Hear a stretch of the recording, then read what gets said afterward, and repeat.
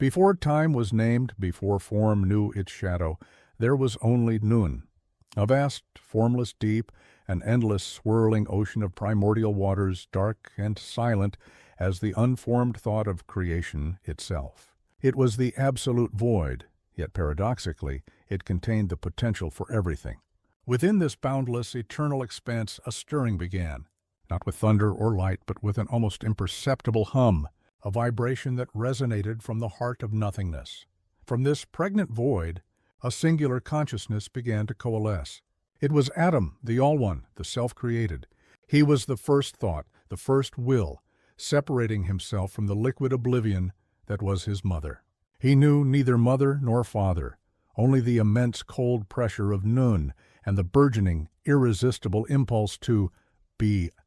With a silent, monumental exertion, he pushed against the eternal darkness, drawing light not from an external source, but from within his own nascent essence. It was a golden, shimmering light, soft at first, like the first dawn over an unseen horizon, then growing in intensity, pushing back the endless dark. Atum gazed upon his isolation.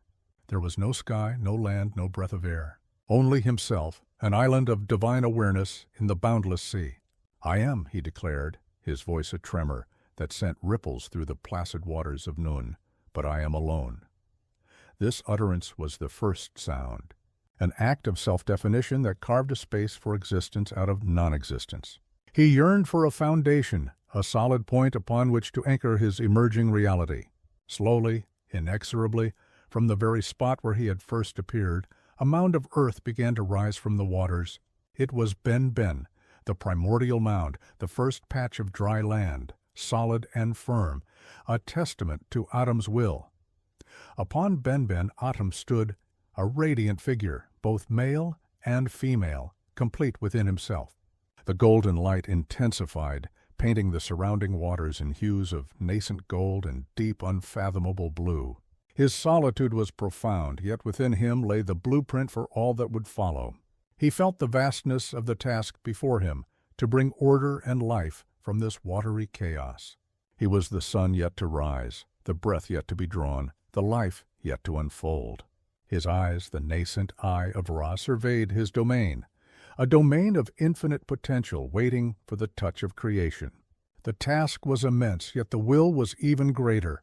Poised on the brink of an unfolding cosmos, the Benben Mound, bathed in Atum's own self-generated light, pulsed with a quiet power. It was the only tangible thing in the universe, a solitary anchor against the endless fluidity of Nun. Atum, now known as Ra-Atum, for the sun itself would be but an extension of his luminous being, felt the stirrings of an intense longing. He had willed himself into existence, had formed the first land, but creation, he realized, was not meant for solitude. The vast emptiness stretched before him, an echoing testament to his aloneness. He needed companionship, a reflection, a continuation of his divine essence to help populate the cosmos that was forming in his mind. He closed his eyes, drawing upon the immense power contained within his own being.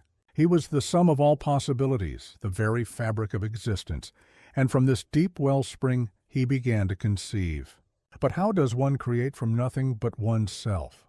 The answer lay not in external force, but in a profound act of self-procreation. He concentrated, feeling a potent warmth gather within him, a creative fire that sought release. A gentle moan escaped his lips, a sound of both effort and immense satisfaction, as from his very mouth a delicate mist began to form. This mist was not mere water vapor. It shimmered with the golden light of Ra-Atum himself, imbued with his divine essence. It expanded, swirling, coalescing, until it took on form. From his spittle, from his breath, from the very essence of his being, two new entities emerged. They were siblings, born from a singular act of self-love and necessity. The first was Shu, the god of air, light as a feather, whose very presence brought a gentle current to the otherwise stagnant atmosphere around Ra-Atum. The second was Tefnut, the goddess of moisture, whose form was imbued with the gentle coolness of dew and the life-giving properties of rain. They stood before him, ethereal and pure, children of the divine breath and spittle. Reflections of Atum's desire to multiply. Shu, tall and serene, his form barely visible, his presence marked by the rustling of nascent breezes. Tefnut, graceful and shimmering, her essence a cool, life-giving vapor. Atum gazed upon them, a profound sense of paternal love filling the void that solitude had left. Yet, with their creation came the first shadow of separation. For in their very formation, they drifted ever so slightly away from their creator, into the vastness of Nun. A flicker of anxiety touched Atum's divine heart, a premonition of the challenges that would arise from the very act of creation. As Shu, the essence of air, and Tefnut, the principle of moisture, began to drift into the endless dark waters of Nun, a profound distress seized Atum. He had created them to banish his solitude, to extend his being, and now they were lost to the formless abyss. A cold dread, foreign to his perfect, self-contained existence, threatened to engulf him.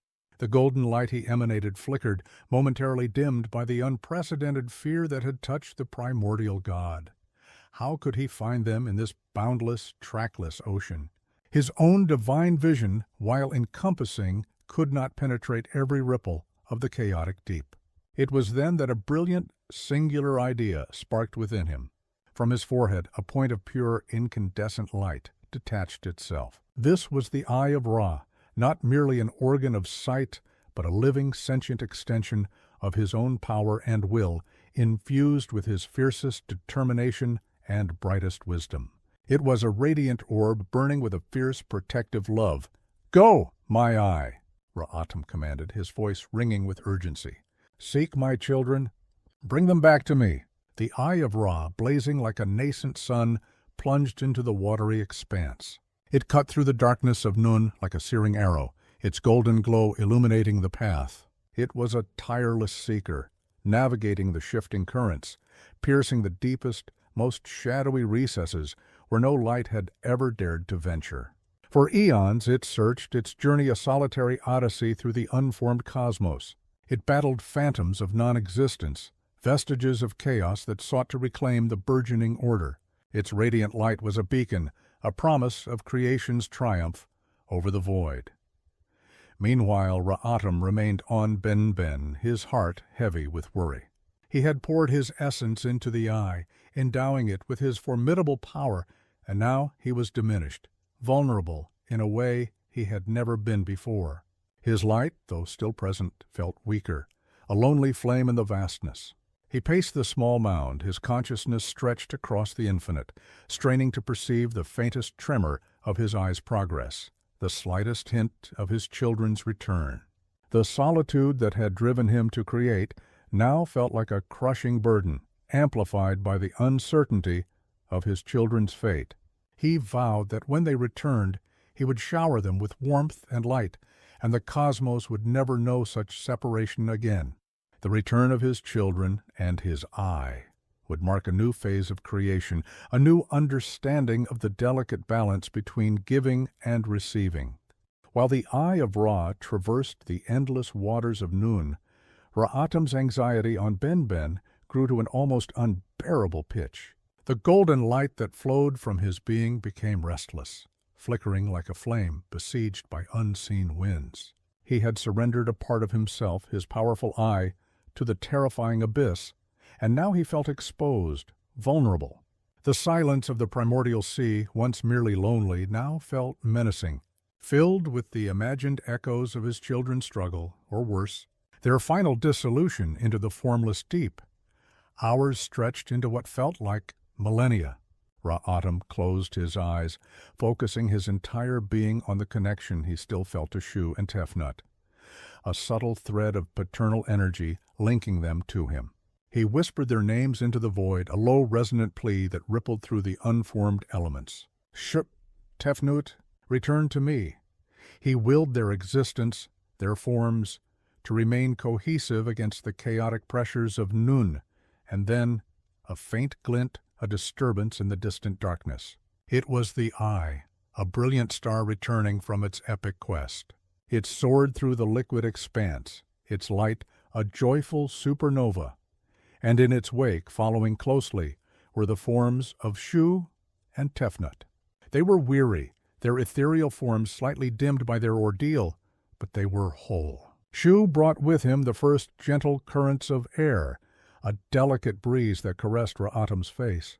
Tefnut brought the cool, refreshing dampness of morning dew, a soft kiss upon his skin, a wave of immense relief so potent it was almost painful, washed over Atum. Tears, golden and brilliant as the sun itself, welled in his eyes and streamed down his face, falling onto the Benben Mound. These were the first tears ever shed, the first expression of profound emotion in the nascent cosmos. As they touched the earth, they shimmered, transforming into small, nascent forms. These were the first men and women, not yet fully realized. But their essence, the spark of humanity, was born from the Creator's joy and relief. Atum embraced his children Shu and Tefnut, holding them close, their forms merging momentarily with his own, reaffirming their connection. The cosmos in that moment was filled with a profound sense of reunion and joy. The eye, having fulfilled its perilous mission, returned to Atum's forehead, resuming its place, but not without a transformation. Its journey had imbued it with a fierce, protective independence, a will of its own that would later play a crucial role in the unfolding of creation. Atum, however, did not miss the slight hardening in its gaze, the subtle shift in its loyalty. The joy of reunion was tinged with the dawning awareness that creation, once initiated, would forever be a dance between control and autonomy, between unity and separation. With Shu and Tefnut safely returned, and the Eye of Ra restored to its rightful place on Atum's brow, a wave of profound peace settled over the Primordial Mound. The fear of loss had receded, replaced by the warmth of family, the first divine family in existence. Atum gazed at his children, his heart overflowing with purpose. He saw in them the potential for a richer, more complex creation, a universe beyond the solitary self. "My beloved Shu," Atum declared, his voice a soft rumble that stirred the burgeoning air. "You are the space between all things, the breath of life, the bearer of light. You shall lift the sky from the earth and hold it aloft, forever maintaining the separation that allows existence to flourish." Shu, tall and serene, understood his sacred duty. With a gentle exhalation, he began to expand, his form becoming less defined, more ubiquitous. He was no longer just a singular being, but the very principle of air, of atmosphere. He stretched his invisible arms, and a faint, nascent breeze, the first true wind, began to circulate around Benben, pushing back the lingering stagnation of Nun. His essence became the very medium through which light would travel, sound would carry, and life would breathe. Then Atum turned to Tefnut, his gaze tender.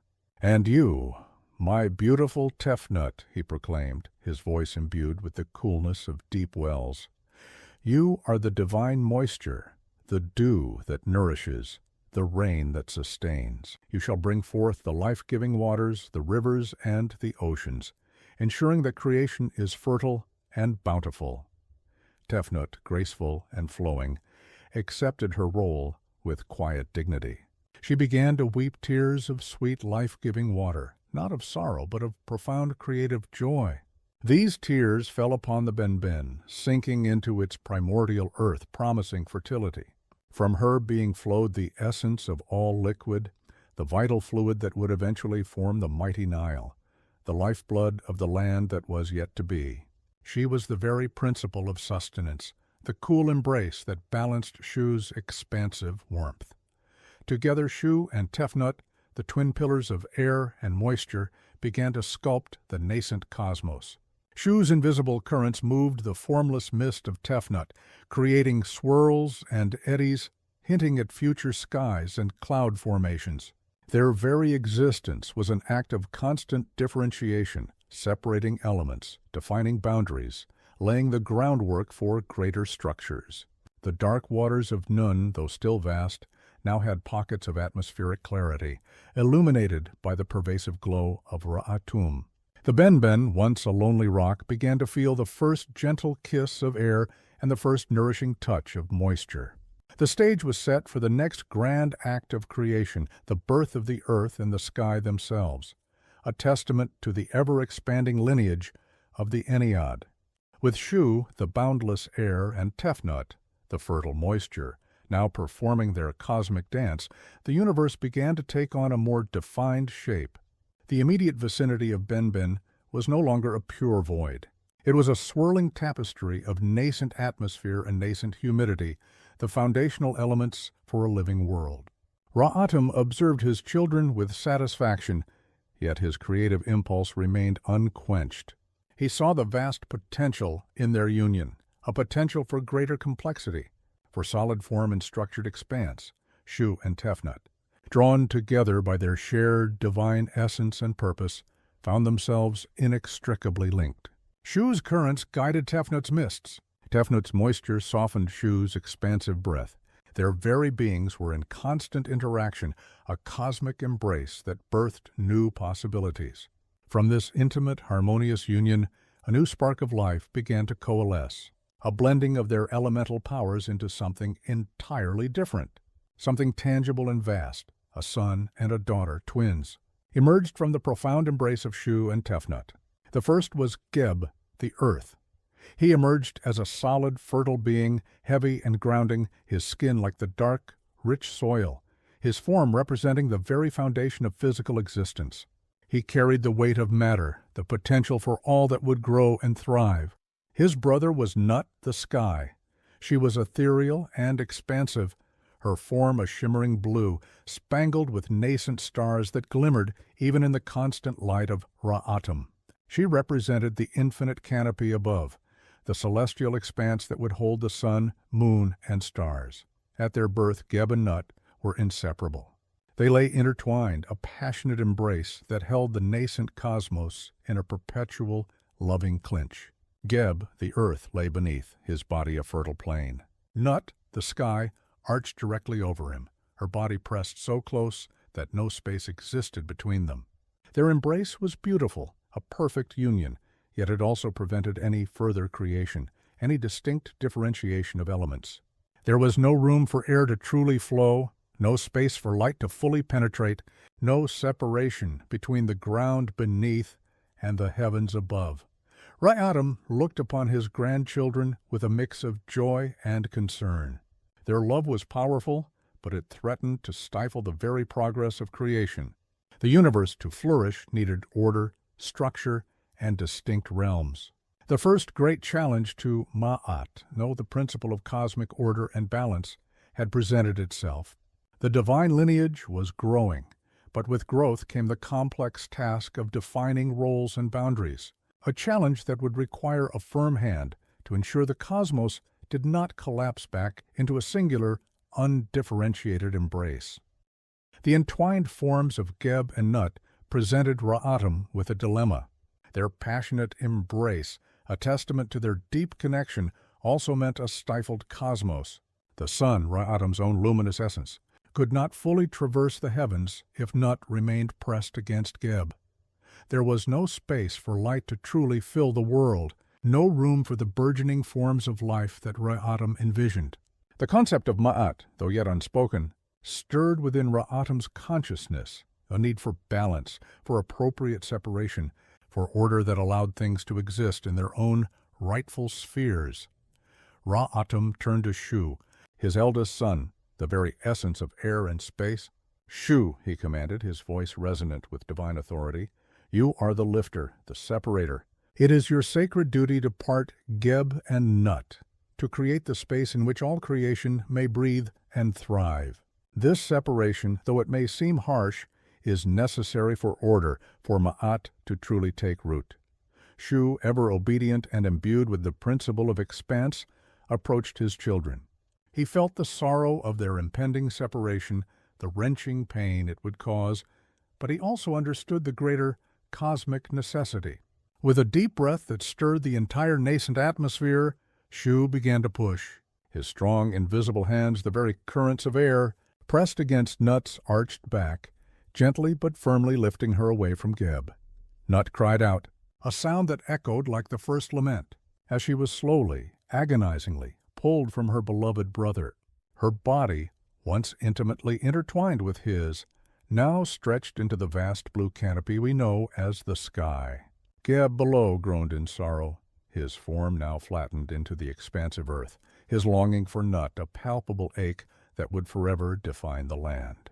Their fingers, once clasped, stretched into the distant horizons, almost touching.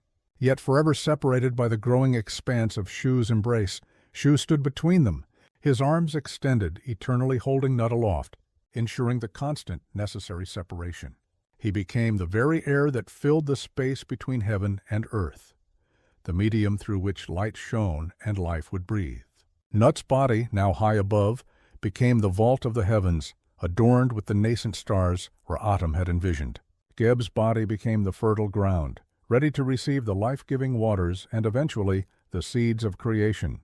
This separation, though painful, was an act of profound creation, establishing the fundamental architecture of the cosmos, earth below, sky above, and air in between. It was a monumental step towards Ma'at, ensuring that each element had its proper place, allowing the universe to expand and flourish in an organized, harmonious manner. With Djed and Nut separated, a vast, clear expanse opened up between the sky and the earth. Atum's golden light, now unobstructed, poured over the primordial landscape, bringing warmth and clarity. Shu, his arms eternally uplifted, held Nut, the starry sky, above Djed, the fertile earth. This fundamental separation allowed for the play of light and shadow, the circulation of air, and the gathering of moisture. The cosmos was beginning to hum with a more complex rhythm, a symphony of differentiated elements. Atum, however, observed the nascent earth with a keen eye. It was beautiful, but still barren, awaiting life. He remembered the golden tears he had shed in joy when Shu and Tefnut had returned, and how from those tears the first glimmer of humanity had emerged. He understood that his creation needed inhabitants, beings who could appreciate the beauty, engage with the world, and reflect the divine spark. He gathered the nascent forms of humanity, those ethereal echoes born from his tears, and breathed into them more of his divine essence. He gave them form from the rich clay of Djed, infused them with the breath of Shu, and nourished them with the moisture of Tefnut. They were not gods, but beings of a unique creation, designed to inhabit the world and interact with its wonders. "You are my children, born of my joy and sorrow," Atum proclaimed to them, his voice echoing across the newly formed world. "You shall walk the fertile lands of Djed, bask under the starry expanse of Nut, and breathe the vital air of Shu. You are given the gift of consciousness, the capacity for wonder, and the spark of creation within yourselves. Remember your origins, remember the tears from which you sprang, and cherish the life I have bestowed upon you." These first humans were simple, yet filled with an inherent curiosity and a deep reverence for the divine world around them. They were tasked, implicitly, with tending the earth, with living in harmony with the cosmos that had been so carefully constructed. Their lives, however fleeting compared to the gods, were meant to be a reflection of Ma'at, living in balance, appreciating the gifts of creation, and contributing to the overall harmony of the universe. They were the bridge between the divine and the terrestrial, the stewards of the nascent world. Their existence cemented the cosmic order, providing purpose and interaction for the elements that had been separated and defined.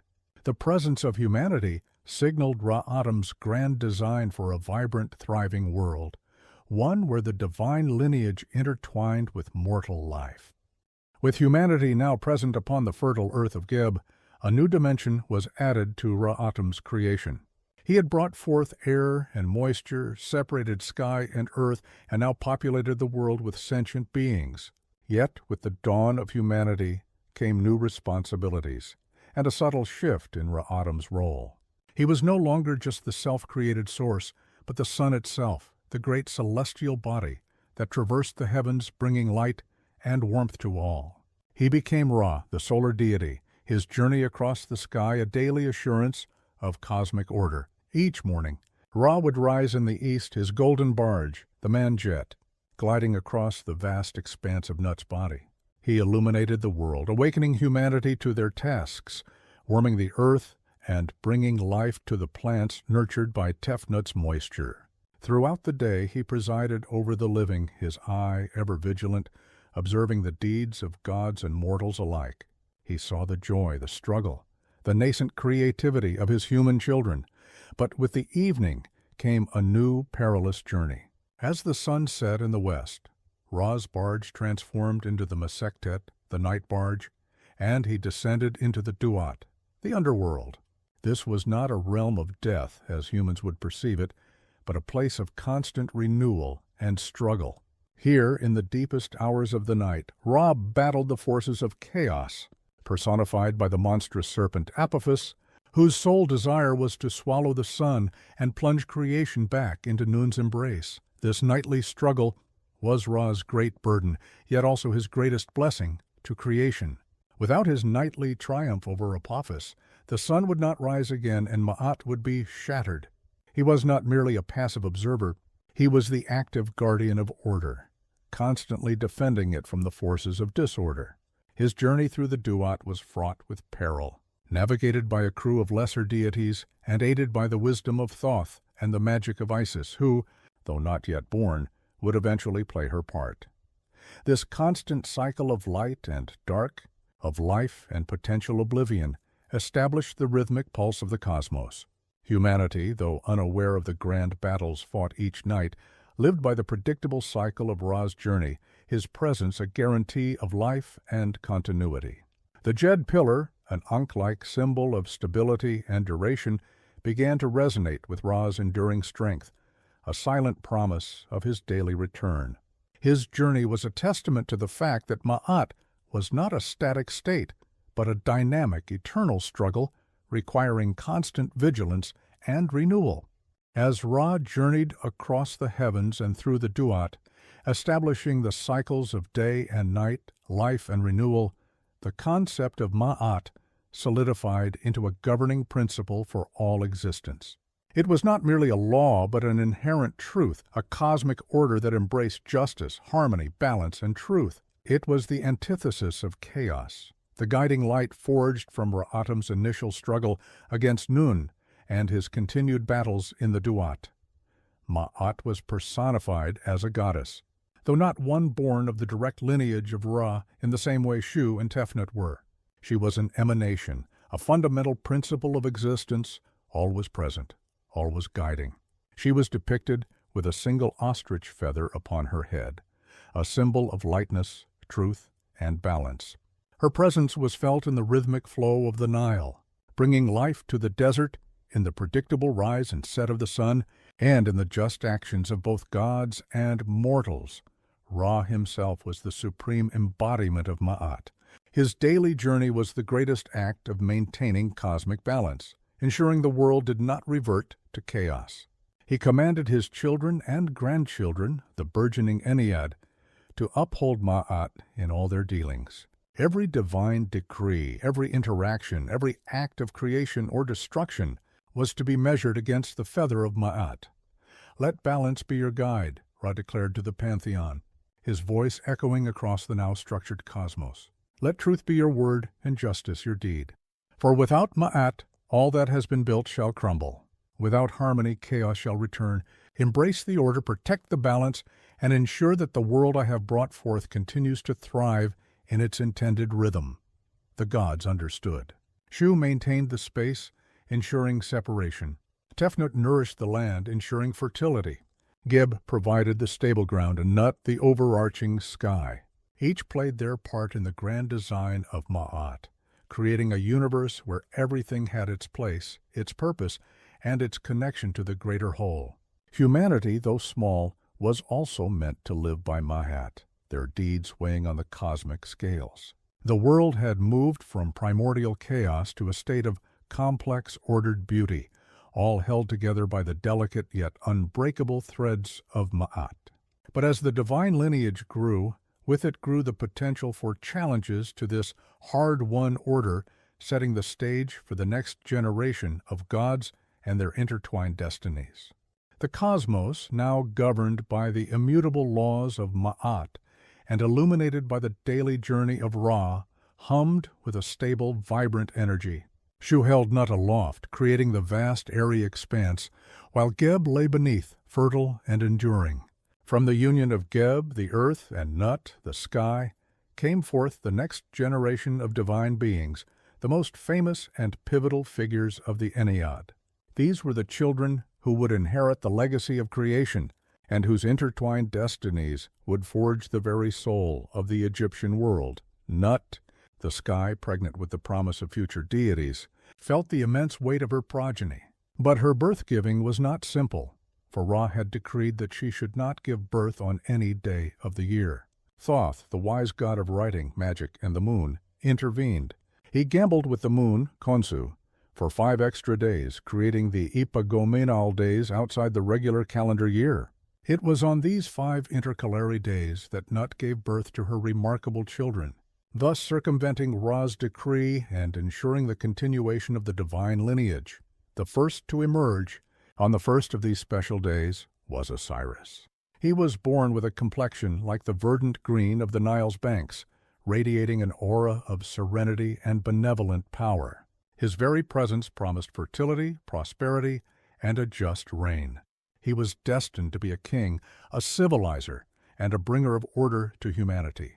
The second, born on the next day, was Horus the Elder, often intertwined with the aspects of Ra himself, a fierce and ancient sky god, a falcon-headed deity of kingship and protection. The third, born on the third day, was Set. He burst forth from Nut's side, not gently like his siblings, but with a forceful, violent entry that rent the fabric of the sky. His skin was the color of the desert's fiery sand, his eyes like blazing embers. He was a god of chaos, of the storm, of the untamed wilderness, possessing immense strength and an untamable spirit. The fourth to be born on the fourth day was Isis. She emerged cloaked in mystery, her eyes reflecting deep wisdom and powerful magic. She was destined to be a queen, a mother, a healer, and a weaver of spells, her love and ingenuity boundless. Finally, on the 5th and last of the extra days, Nephthys appeared. She was the counterpoint to Isis, the shadow to her light, yet essential. Her beauty was subtle, often veiled, and she embodied the unseen, the protective, and the funerary aspects. She was a quiet strength, a loyal companion. These 5 gods, the children of Geb and Nut, the grandchildren of Shu and Tefnut, and the great-grandchildren of Atum, represented the diverse forces that would shape the human world and influence the fate of the cosmos. Their birth completed the original Ennead of Heliopolis, a pantheon of 9 gods whose interactions would define the very essence of Egyptian mythology.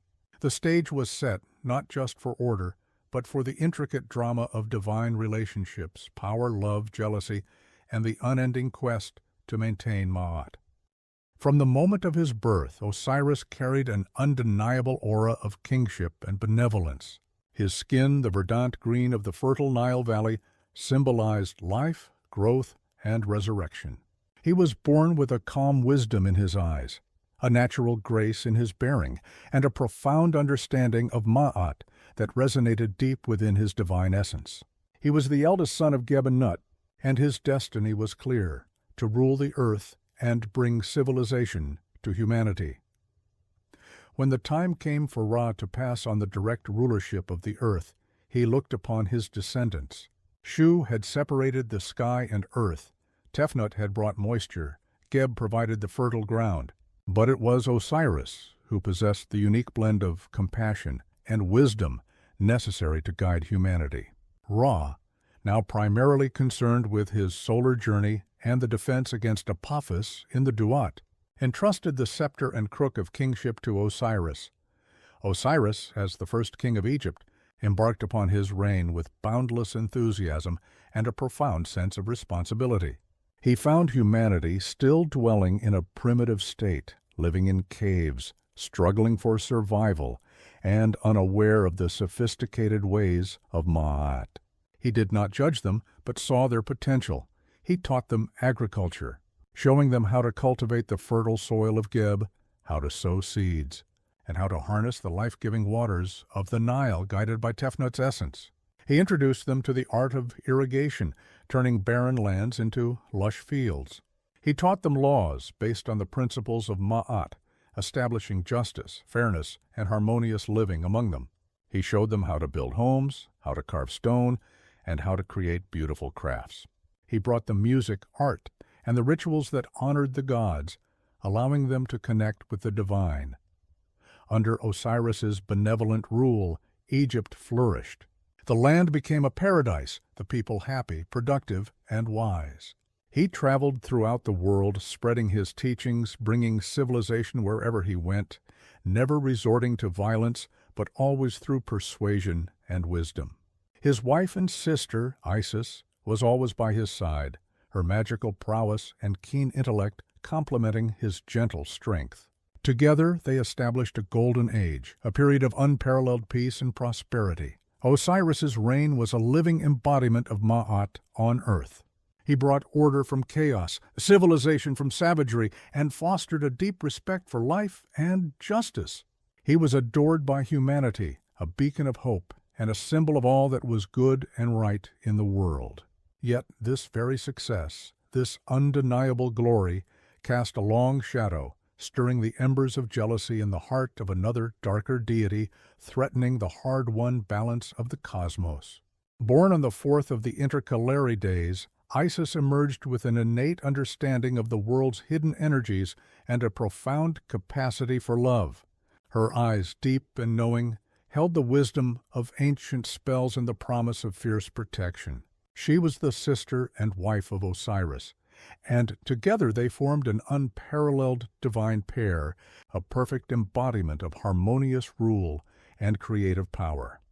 While Osiris brought the tangible gifts of civilization to humanity, Isis was the architect of their spiritual and magical understanding. She taught humanity the secrets of healing herbs, the power of sacred words, and the protection of divine rituals. She showed them how to weave cloth, how to grind grain, and how to manage their households with wisdom and grace. Her presence was gentle yet firm, her teachings imbued with empathy and an unwavering commitment to Ma'at. Isis possessed a formidable intellect and a natural affinity for magic, a power that flowed through her veins like the very life force of the Nile. She understood the intricate connections between all things, the unseen forces that shaped reality. Her magic was not for destruction but for creation, for healing, for protection, and for uncovering hidden truths. She was the ultimate sorceress. Her spells capable of influencing the very fabric of existence, she was Osiris's unwavering support, his counselor and confidant.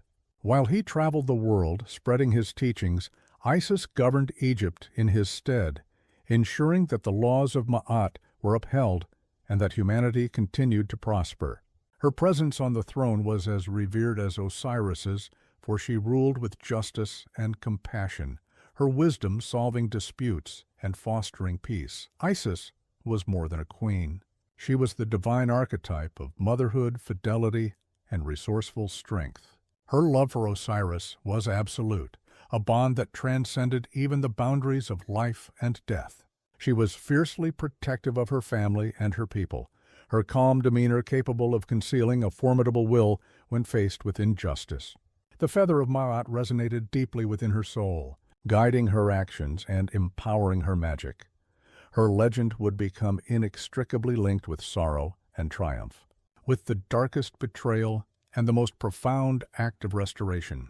She was destined to face unimaginable loss, to embark on a quest of unparalleled devotion, and to harness her immense magical power to defy death itself.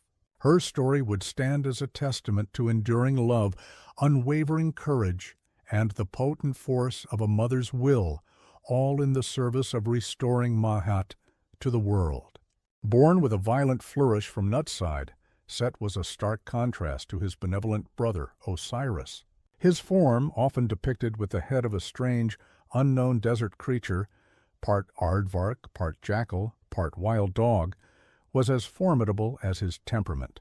His skin shimmered with the ochre and crimson hues of the boundless desert, and his eyes blazed with an untamed fire. He was the embodiment of raw power, of chaos, of the storm, and of the scorching, unpredictable winds that swept across the arid lands. From his earliest moments, Set exhibited a fierce independence and an aversion to the ordered existence that Osiris so naturally embraced. While Osiris cultivated the fertile lands of the Nile, Set found his domain in the vast, untamed wilderness of the desert, where life was harsh and survival a constant battle. He reveled in its desolation, its boundless sands, and its ferocious storms. He was the strength of the mountains, the roar of the thunder, the destructive force of nature untamed. He possessed immense physical strength, far surpassing that of his siblings, and a cunning intellect, though often twisted toward self-interest and a desire for dominance. He was a warrior god excelling in battle and sport, reveling in competition. He was a master of strategy, though his tactics often veered into deception and manipulation. Set observed Osiris's benevolent reign with a mixture of disdain and burning resentment. He saw his brother's order as a form of weakness, his compassion as softness. Why should humanity be coddled and civilized when their true nature was wild and untamed?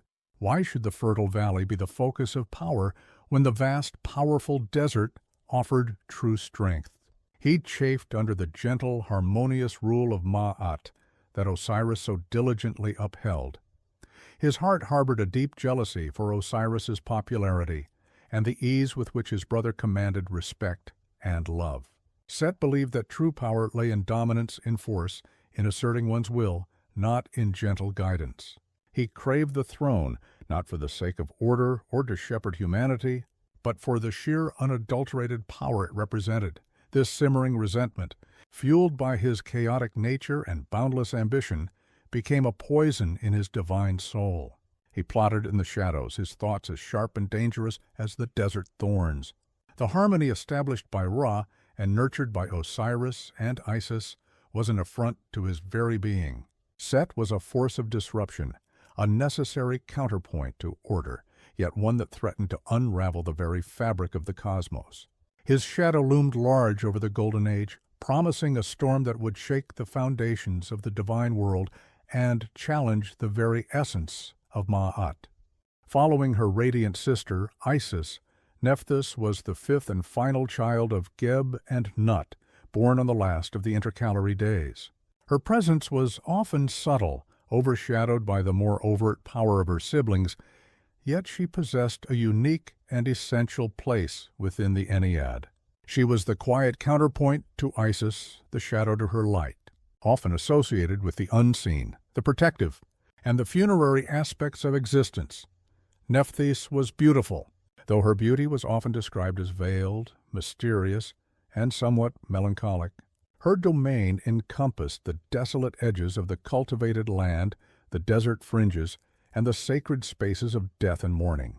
She was often depicted as a goddess of darkness, not of evil, but of the twilight, the hidden, and the protective shroud. She understood the transitions of life and death, the necessary cycles of decline and renewal. Despite being the sister and wife of Set, their union lacked the passionate intensity and shared purpose that characterized Osiris and Isis. Nephthys found herself often at odds with Set's chaotic and destructive nature, though she remained loyal to him in her duties. Her gentle, protective essence often clashed with his abrasive force. Her true nature revealed itself in acts of profound compassion and loyalty. She was a keen observer, a silent strength, and a guardian of sacred rites. She possessed a deep understanding of magic, complementing Isis's more active spells with her knowledge of protective incantations and the sacred rituals that guided souls through the duat. She was a mourner, a comforter, and a protector of the vulnerable. While Isis embodied fertility and life, Nephthys represented the protection of what had passed, the sanctity of endings, and the promise of rebirth from the unseen. She was a necessary balance, acknowledging that even in a world of Ma'at, there were transitions, losses, and journeys into the unknown that required guidance and solace. Her loyalty, though tested by her husband's monstrous deeds, was ultimately to the principles of Ma'at and to her family. Her story would become one of quiet heroism, of profound empathy, and of vital support during the cosmos's darkest hour. She was destined to play a crucial, if understated, role in the epic struggle that was brewing, providing solace and assistance where others might falter. She was the gentle hand that ushered souls to rest, the silent protector of the night, forever weaving the threads of transition into the tapestry of Ma'at. The golden age of Osiris's reign shone brightly across the land of Egypt. Under his wise and benevolent rule, supported by the insightful and magically potent Isis, humanity flourished. The fertile black soil, born of Geb, yielded abundant harvests, watered by the life-giving Nile, nurtured by Tefnut's essence. Temples rose dedicated to Ra and the Ennead, where rituals were performed in accordance with Ma'at, reinforcing the cosmic order. People lived in harmony, practicing justice and truth, guided by Osiris's gentle laws. Osiris, clad in his white robes of purity and carrying the crook and flail, symbols of shepherd and ruler, presided over his domain from his beautiful palace, which shimmered with the artistry learned from the gods. He taught his people how to brew beer from barley, how to cultivate grapes for wine, and how to create medicines from the herbs that grew along the Nile. Isis, by his side, taught them the art of weaving, the mysteries of healing, and the power of protective incantations. Their reign was a testament to the success of Atum's creation, a peak of order and prosperity. Yet, even amidst such profound harmony, a discordant note began to resonate from the fringes of the world. Set, brother to Osiris and husband to Nephthys, watched from his domain in the scorching desert. The vibrant green of Osiris's kingdom, the joyous laughter of its people, the respectful devotion they showed his brother, all served as fuel for Set's festering resentment. He saw not a thriving civilization, but a soft, complacent kingdom, ruled by a god he considered weak and overly gentle. What is this Ma'at that makes men cower and gods speak in hushed tones? Set sneered, his voice a dry rasp like wind over sand dunes, addressing the empty air of his desert stronghold. True strength lies in domination, in the raw power of the storm, in the unchallenged will of the individual. Osiris shackles them with laws and comforts them with songs. This is not kingship, it is coddling. He observed the festivals, the processions where Osiris was hailed as Lord of the Living, and the praise heaped upon Isis for her wisdom. His own accomplishments, his immense strength, his mastery of the desert, seemed to pale in comparison to the adoration showered upon his brother. A dark seed of ambition, nourished by envy, took root deep within Set's heart. He coveted the throne, not for its responsibilities, but for the unquestioned authority it conferred, the ultimate symbol of power. The glorious reign of Osiris, meant to showcase the triumph of Ma'at, instead became the catalyst for its greatest challenge. The disparity between Osiris's radiant popularity and Set's marginalized existence grew with each passing season. While Osiris was celebrated in verdant temples, his likeness carved into stone, Set brooded in the red lands of the desert, his image rarely invoked, his name whispered with trepidation. Humanity praised Osiris for the Nile's predictable bounty and the gentle governance of Ma'at, but feared Set for the unpredictable fury of sandstorms and the barren stretches of the wilderness. This imbalance gnawed at Set's formidable spirit, twisting his already wild nature into something malicious. They adore his green skin, his soft words, Set muttered to himself, his fingers clenching into fists that could crush stone. They forget the power that shapes mountains, the wind that carves canyons. He offers them gentle fields. I offer them the untamed might of the cosmos. He began to subtly sow discord among the lesser gods and spirits who served him.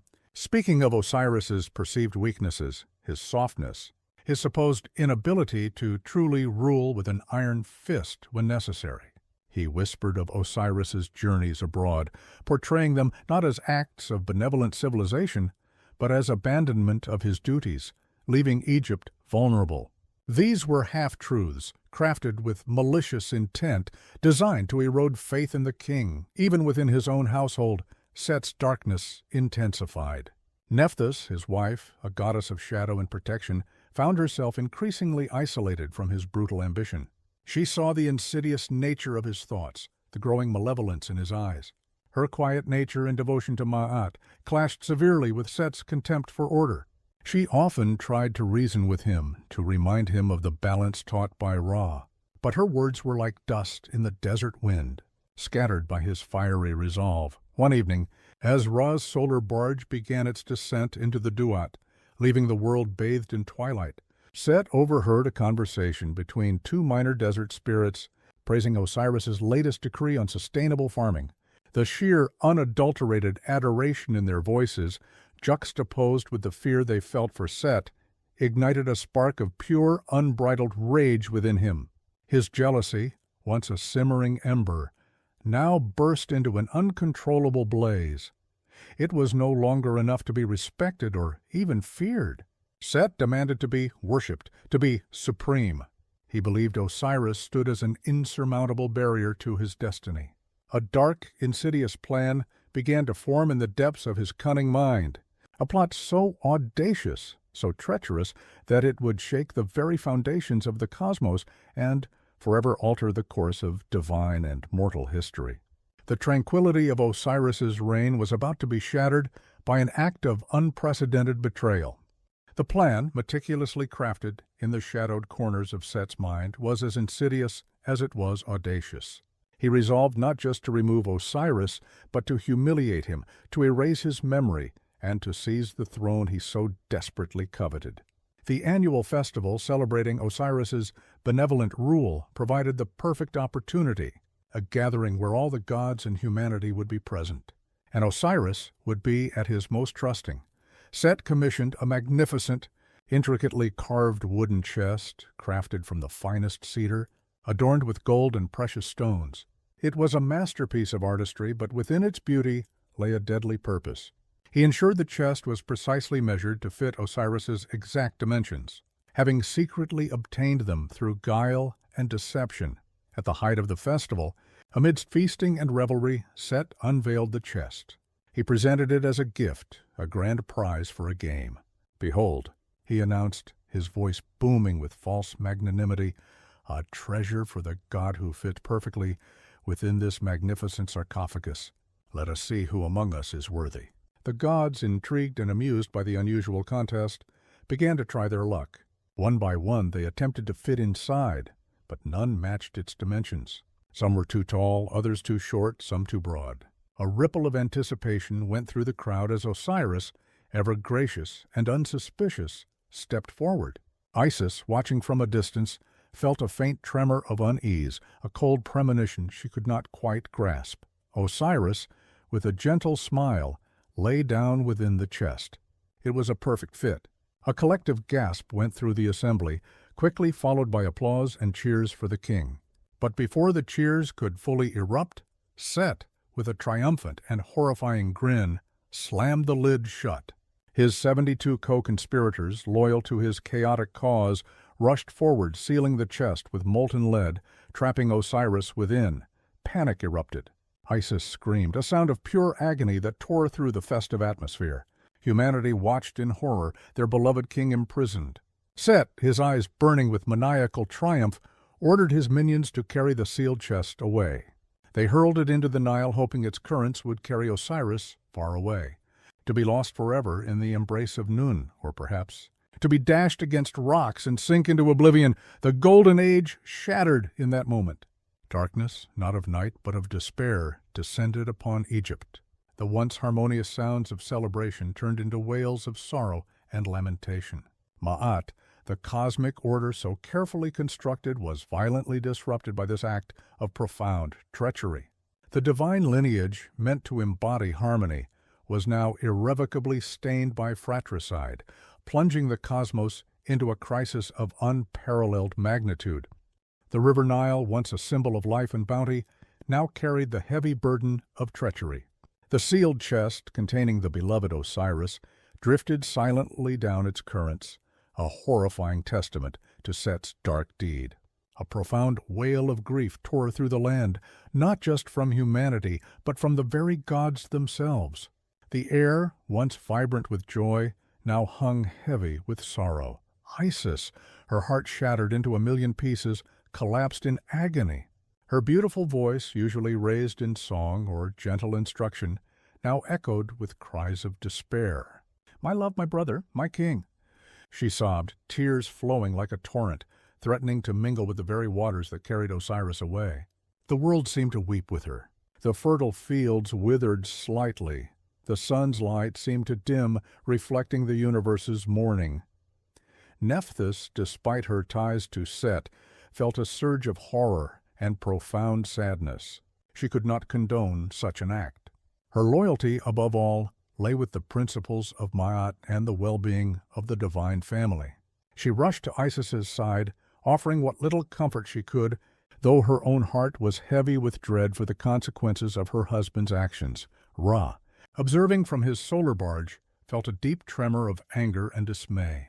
The unbalancing of Ma'at was a direct assault on his creation. The cosmos he had painstakingly woven from chaos now teetered on the brink of another darker disarray. He commanded the other gods to assist Isis, to restore order. But the direct intervention in such a family feud was complex and fraught with peril. But Isis, amidst her profound grief, refused to succumb to despair. Her love for Osiris was too fierce, her magical power too great, her resolve too unyielding. The seed of hope began to sprout, even in the desolate landscape of her heart. She knew that Osiris was not truly gone as long as she carried his memory and the purpose of his life. She would not allow Set's chaos to prevail. "He will not be lost," she declared, her voice rising from the depths of her sorrow, imbued with new-found steel. "My love will pierce the darkest depths. My magic will defy death. I will find him. I will restore him. Ma'at will not be defeated." With a determination that burned brighter than any flame, Isis donned her mourning attire, transforming into a formidable seeker. She cut off a lock of her hair, signifying her absolute devotion, and set out on a solitary, desperate quest to find the chest. She wandered the banks of the Nile, questioning everyone and everything, from the lowliest fisherman to the most ancient tree. Her resolve was absolute, her spirit unbroken. The epic journey to reclaim Osiris and restore Ma'at had begun, driven by the boundless love of a wife and the formidable power of a queen. Isis's quest was long and arduous, a testament to her unwavering devotion and formidable will. She transformed herself into various guises, adopting the forms of an old woman, a bird, a young maiden, questioning every creature, every whisper of the wind, every ripple of the water. Her tears stained the sands, and her laments echoed across the deserted lands, yet her spirit never faltered. Her single purpose was to reclaim her beloved Osiris, to restore his form, and to challenge the reign of chaos that Set had unleashed. After much searching, her journey led her far north to the Phoenician city of Byblos. Here she learned that the chest containing Osiris had drifted ashore and become embedded in the roots of a magnificent tamarisk tree. The tree grew swiftly around the chest, completely enclosing it. Its scent so sweet and divine that the local king, Malkander, ordered it cut down and used as a pillar to support his palace roof. Isis, recognizing the sacred tree and sensing Osiris's presence, revealed her divine nature to Queen Astarte, earning her trust through compassion and wisdom. She served the queen as a nursemaid to her son, secretly nurturing him with divine fire. Eventually, she revealed her true purpose and gently asked for the pillar. With great reverence, the pillar was given to her, and she carefully extracted the chest containing Osiris. Her joy at finding him was profound, yet mingled with renewed sorrow. She carefully brought the chest back to Egypt, to a remote, secret place in the marshlands of the Nile Delta. There, with her sister Nephthys, who had deserted Set after his monstrous act, as her sole confidant and helper, Isis began the delicate process of mourning and preparing for a ritual of resurrection. She transformed herself into a kite, a falcon-like bird, circling Osiris's body, crying out her grief and performing powerful magical rites. Through her immense magical prowess, Isis was able to briefly revive Osiris, just enough to conceive a child. This act of divine magic, defying death itself, was a profound statement against Set's destructive intent.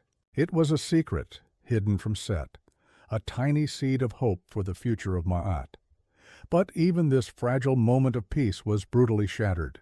Set, ever vigilant and consumed by paranoia, discovered Isis's secret. In a fit of uncontrollable rage, he tore Osiris's body into 14 or 16, or 42, depending on the tradition, pieces, scattering them throughout Egypt to prevent any further attempts at resurrection. He believed this final act of desecration would ensure Osiris's permanent destruction and his own unchallenged reign. Once again, Isis was plunged into the depths of despair, but her resolve only hardened. With Nephthys, and sometimes accompanied by the jackal-headed Anubis, a son of Osiris and Nephthys, born from a deception yet fiercely loyal to Isis, she embarked on an even more agonizing quest, traversing the entire land of Egypt, piecing together the scattered fragments of her beloved husband. This was not merely a search for a body, but a profound act of weaving Ma'at back together, of restoring what chaos had torn asunder, laying the foundation for the ultimate triumph of order over discord. With Osiris's body brutally dismembered and scattered across Egypt, Set's reign of terror officially began. He sat upon the throne, not with the benevolent grace of Osiris, but with an iron fist, his decrees harsh, and his temper volatile.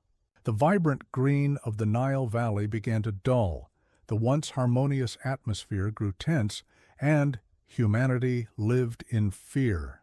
Ma'at, the cosmic principle of balance and justice, suffered grievously under his chaotic rule. The very rhythms of the world seemed to falter, reflecting the king's destructive nature. Set, in his arrogance, believed he had irrevocably broken the cycle of order. He reveled in his power, surrounding himself with loyal but equally brutal followers, gods and demons of the desert and storm. His palace, once a place of light, became a bastion of shadows and fear. He openly mocked the memory of Osiris, forbidding his name to be spoken in the public squares. Yet, unseen by Set, the seeds of defiance and restoration were being sown. While Isis toiled tirelessly, searching for every fragment of Osiris's body, she also guarded a precious secret, her son, Horus. Born from that brief, miraculous resurrection, Horus was conceived with the sole purpose of avenging his father and reclaiming the throne. Isis, with the loyal assistance of Nephthys and the protective hand of Thoth, raised Horus in the hidden marshlands of Chemus, far from Set's watchful eye. Here, amidst the papyrus reeds, guarded by scorpions and nurtured by a loving mother, Horus grew from an infant to a strong, falcon-headed youth. He inherited his father's noble spirit and his mother's fierce determination, along with a deep innate sense of justice. Isis, during this time, also taught Horus the history of his father's reign, the principles of Ma'at, and the treachery of Set. She instilled in him a profound sense of duty to restore the balance that had been shattered. She taught him to fly, like a falcon, to hunt with precision, and to wield both blade and magic. He was the golden heir, the living embodiment of Osiris's legacy, growing stronger each day, a silent threat to Set's usurped authority. The scattered pieces of Osiris were eventually gathered by Isis and Nephthys, sometimes aided by the loyal Anubis. Through her unparalleled magic, Isis reassembled his body, binding the pieces with linen, creating the first mummy. While she could not fully restore him to life in the land of the living, she ensured his spirit could endure and ascend to become the Lord of the Duat, guiding souls in the afterlife. Osiris, from his new realm, would become a profound influence, a symbol of rebirth and the promise of eternal justice. The stage was set for Horus, the avenging son, to emerge from the shadows and confront the serpent of chaos, thereby challenging the very foundation of Set's rule and fighting to re-establish Ma'at on Earth. As Isis painstakingly reassembled Osiris, an act of profound magic and unwavering love, the young Horus grew in secret, protected by the dense papyrus thickets of the delta marshes. Each piece of his father's body that Isis recovered and bound, each ritual she performed, instilled in Horus a deeper understanding of his destiny. He was not merely a child. He was the future, the champion of Ma'at, the avenger of his father. Isis, cloaked in her protective magic, dedicated herself entirely to her son's upbringing. She taught him the sacred lore, the history of the Ennead, and the true meaning of Ma'at. She trained him in the arts of warfare, not for conquest, but for justice. Horus learned to embody the swiftness of the falcon, his chosen animal form, and to wield the divine weapons that would eventually confront Set. Thoth, the wise god of knowledge and writing, often visited, imparting wisdom and strategy, further preparing Horus for his inevitable confrontation. Horus possessed the noble bearing of Osiris and the keen intelligence of Isis. His falcon eyes, sharp and piercing, held a deep fire of purpose, burning with a desire to right the wrongs that had befallen his family and the world. He understood that his quest was not simply about vengeance, but about restoring cosmic order, about bringing balance back to the fractured world. His childhood was not without peril. Set, increasingly paranoid and aware of a growing threat, sent scorpions and other dangerous creatures into the marshes to find and eliminate any potential rivals. Horus was bitten by a poisonous scorpion, and his life hung in the balance. But Isis, with her formidable healing magic and the aid of Thoth, saved him, demonstrating the powerful protection of divine motherhood and the resilience of Ma'at against the forces of harm. This episode only strengthened Horus's resolve and Isis's determination. When Horus reached adulthood, he emerged from the marshes no longer a hidden child, but a powerful, fully formed god, ready to claim his birthright. His body was strong, his mind sharp, and his heart pure with the intention of justice. He stood as a beacon of hope against the darkness that Set had cast over Egypt. He was the embodiment of the living king, the rightful heir to Osiris, destined to continue the lineage of order and benevolent rule. His emergence sent a ripple through the divine world. The elder gods who had watched Set's tyranny with growing concern now saw in Horus the potential for restoration. The balance had been broken, but now a champion had risen to mend it. The era of secret preparation was over. The time for confrontation, for the ultimate trial to determine the fate of Ma'at, had arrived. The moment Horus, the rightful heir, emerged from the shadows of the delta marshes, the cosmos braced for the inevitable conflict. He presented himself before the divine tribunal, the great Ennead, demanding the throne usurped by Set. The council of gods, presided over by Ra, was now faced with the monumental task of judging between the claims of the two powerful deities. Set, arrogant and defiant, sneered at his nephew. "This whelp, raised in secrecy among the reeds, dares to challenge me, the mighty lord of the desert and storms?" he bellowed, his voice laced with contempt. "He is an infant, unproven. The throne belongs to the strongest, and that is I." Horus, standing tall and resolute, his falcon head held high, countered with dignity. "The throne belongs to the rightful heir, the son of Osiris, the one who embodies Ma'at. My father brought civilization and peace. Set brought chaos and treachery. Justice demands his removal and the restoration of order." The great Ennead, composed of Ra, Shu, Tefnut, Geb, Nut, Isis, and Nephthys, along with Thoth and other divine beings, was deeply divided. Ra, initially leaning toward Set because of his immense strength and his belief that Set had protected him from Apophis in the Duat during some periods, hesitated. He feared that placing a young, inexperienced Horus on the throne might destabilize the hard-won order. Other gods, like Thoth, passionately argued for Horus, emphasizing his legitimacy and the principles of Ma'at. Isis naturally advocated fiercely for her son, her magical power radiating with conviction. The contention stretched for 80 years, filled with numerous trials, contests, and even direct battles between Horus and Set. These were not mere skirmishes. They were epic struggles that shook the very foundations of the cosmos. In one legendary battle, Set tore out one of Horus's eyes, the Eye of Horus, which was later magically restored by Thoth and became a powerful symbol of protection and healing. In retaliation, Horus castrated Set, symbolizing the defeat of chaos and its inability to procreate. Set employed every trick, every deception, every act of brute force to undermine Horus. He challenged Horus to races, to strength contests, to tests of wit.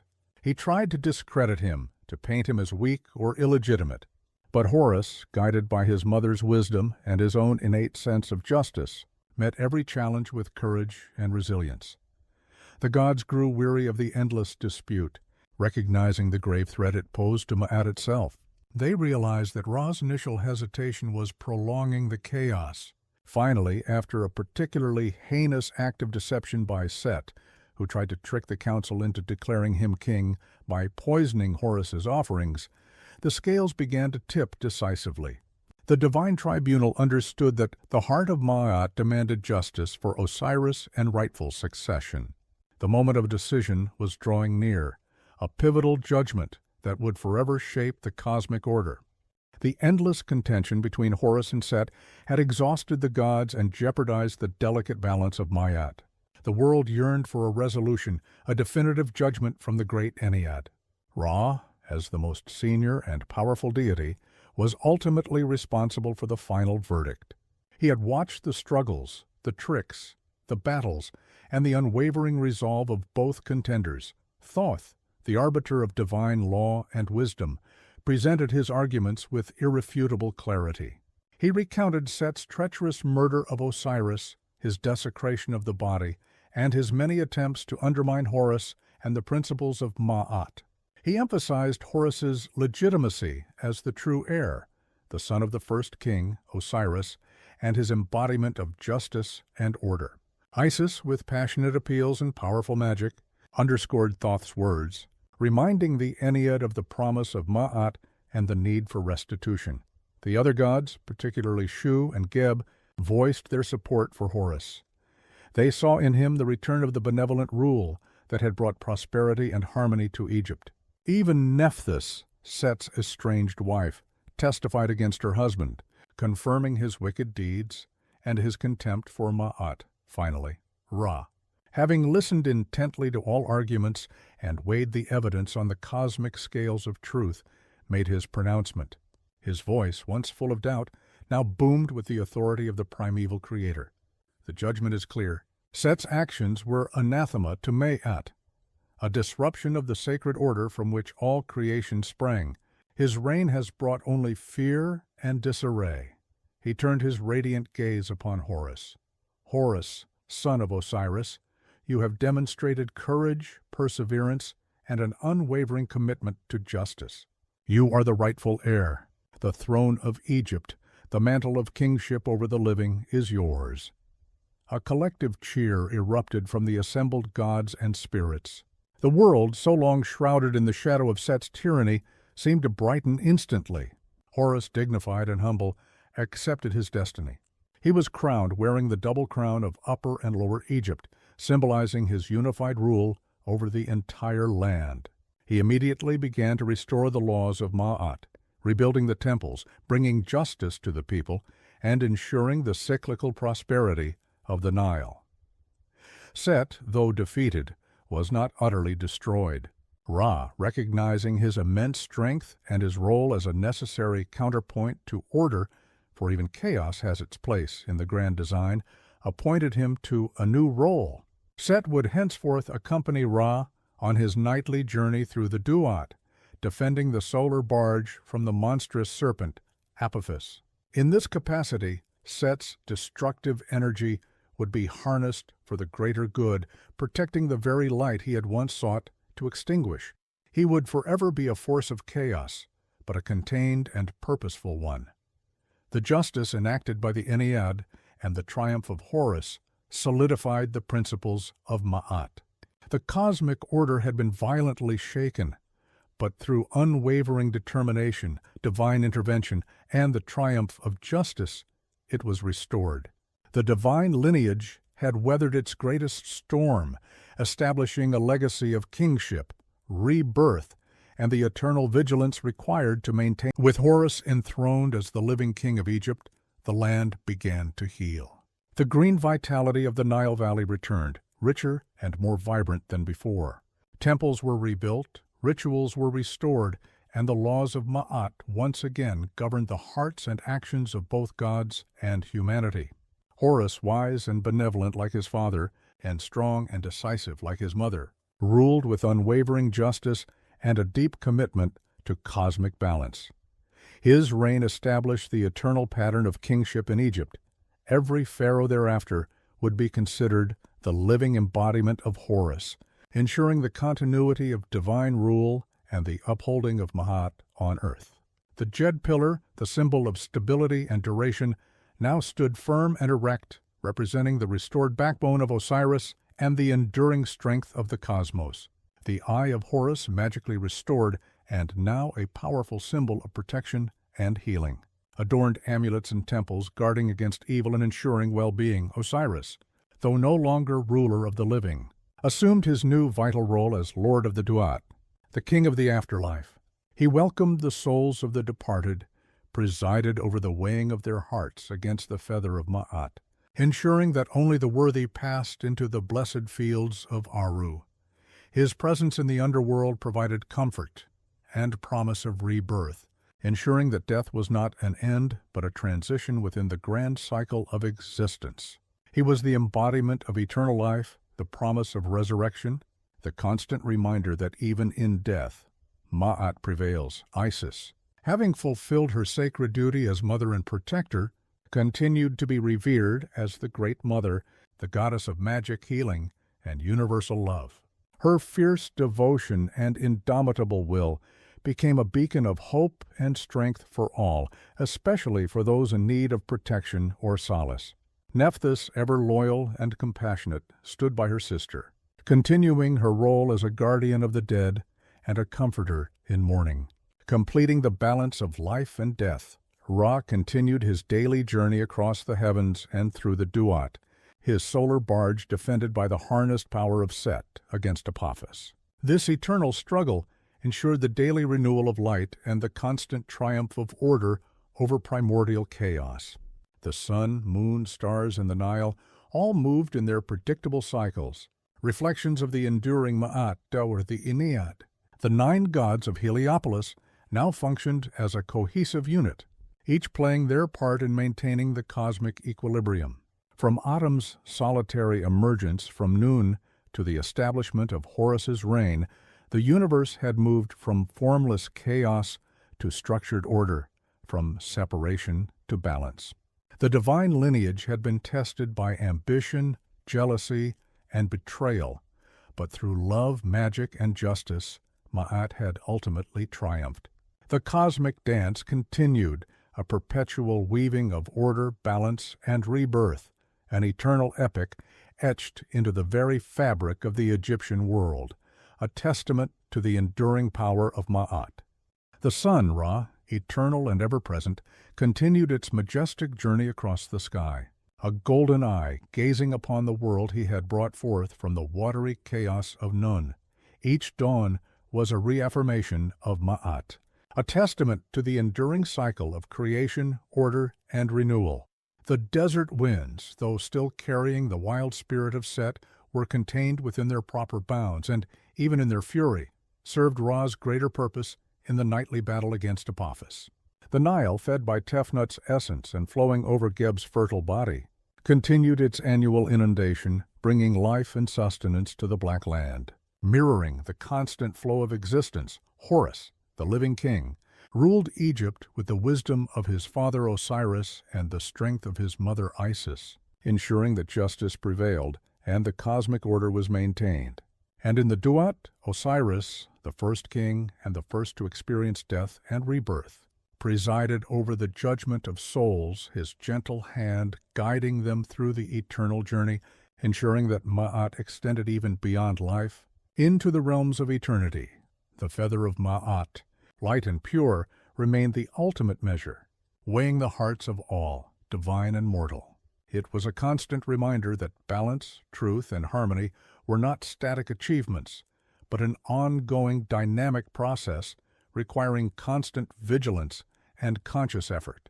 The universe was a tapestry woven from chaos and order, light and shadow, life and death, all held in perfect, delicate equilibrium by the principles established by Atum and defended by his divine lineage.